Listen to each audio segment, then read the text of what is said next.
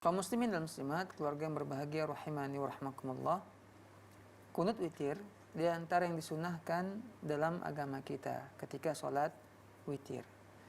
Nabi Shallallahu alaihi wasallam disebutkan dalam sebuah hadis Ibnu Majah, kana yaqunutu qabla ruku', bahwa Nabi Shallallahu alaihi wasallam selalu melakukan kunut, yaitu kunut witir pada sholat witir itu sebelum ruku'. Ini tata cara pelaksanaannya. Ada beberapa riwayat sebelum ruku' ataupun sudah ruku', maka kedua-duanya boleh kita mengamalkannya. Intinya ialah bahwa kunut witir itu memang disunahkan kita mengerjakannya. Apa dalilnya juga? Dalilnya ialah hadis daripada Hasan bin Ali, cucu Nabi Shallallahu alaihi wasallam. Dia mengatakan, hafiztu min Rasulillahi kalimatin aquluhunna fil witri. Aku hafal benar beberapa kalimat, yaitu doa yang aku baca ketika sholat witir. Apa itu? Allahumma hdini fi man hadait, wa afini fi man afait, wa tawallani fi man tawallait, wa barik li fi ma a'tait, sampai akhir doa witir.